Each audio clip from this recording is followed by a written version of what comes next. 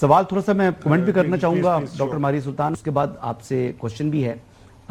میرا خیال ہے کہ اگر پریزیڈنٹ ٹرمپ یہ کشمیر ایشو کو جو ہے وہ ریزالو کر دیتے ہیں بٹوین انڈیا اینڈ پاکستان، تو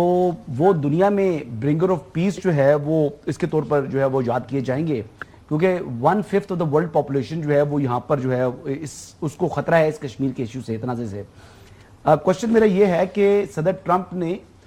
جس طریقے سے جو ریاض میں اپنی سٹیٹمنٹ دی ہے،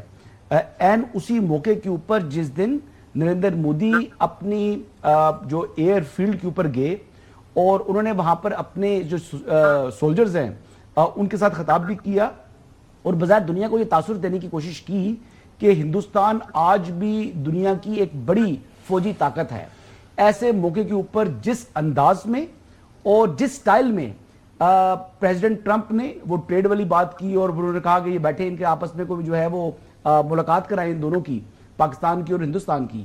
تو یہ ان کی تمام تاثر کی نفی نہیں کرتی انہوں نے پریزیڈنٹ ٹرمپ نے؟ دیکھیں نفی ضرور کرتی ہے، لیکن جو ہے نا جو کچھ آپ نیگوشیٹ کرتے ہیں ٹیبل پہ وہ وہی ہوتے ہیں جو آپ میدان جنگ میں جیتتے یا ہارتے. ہندوستان میدان جنگ ہار چکے ہیں. اب چاہے اس کو اچھا لگے نہ لگے یہ ایک اور بات ہے، لیکن حقیقت یہ ہے کہ وہ یہ جنگ ہار چکی ہے. اور یہ جنگ مطلب اس طرح ہارے کہ کوئی دو رائے نہیں ہو سکتی کہ جی اس میں کوئی چیز تھی ان کے پاس یا نہیں تھی. دوسری بات، پریزیڈنٹ ٹرمپ نے آج ایک بہت اہم بات کی جو میرے خیال سے اگر انڈیا کی حکومت ہوتی تو اس کے اوپر شاید کچھ نہ کچھ ان کا رد عمل آنا چاہیے تھا، کہ ان کی اس پالیسی کی بالکل نفی ہوئی ہے جس میں انہوں نے کہا کہ جی پاکستان دہشت گردی کی جنگ میں ہمارا ساتھی رہا ہے اور پاکستان نے دہشت گردی کی جنگ میں اور بالخصوص جو افغانستان کے اندر ابھی جو امریکن جو دہشت گرد تھے جن کو آپ نے امریکہ کی مدد کی، اس میں انہوں نے اس کا نہ صرف پاکستان کا دوبارہ جو ہے ذکر بھی کیا اور ساتھ یہ بھی کہا کہ پاکستان کی جو کاوشیں ہیں دہشت گردی کی جنگ کے اندر وہ بہت اہم ہے اور وہ معنی خیز بھی. اب یہ جو میسج ہے بہت امپورٹنٹ میسج ہے، کیونکہ جو انڈیا کا نیریٹو ہے کشمیر پہ وہ سارا کا سارا کاؤنٹر ٹیررزم پہ بیسڈ ہے. تو جب آپ کے کاؤنٹر ٹیررزم کا نیریٹو ڈیفیٹ ہوتا ہے اور ساتھ ہی ساتھ آپ جنگ آپ کس بیسس پہ کریں گے. ابھی جو ہمیں خطرہ ہے وہ یہ ہے کہ ہندوستان کیا ایک اچھا لوزر ہے یا نہیں.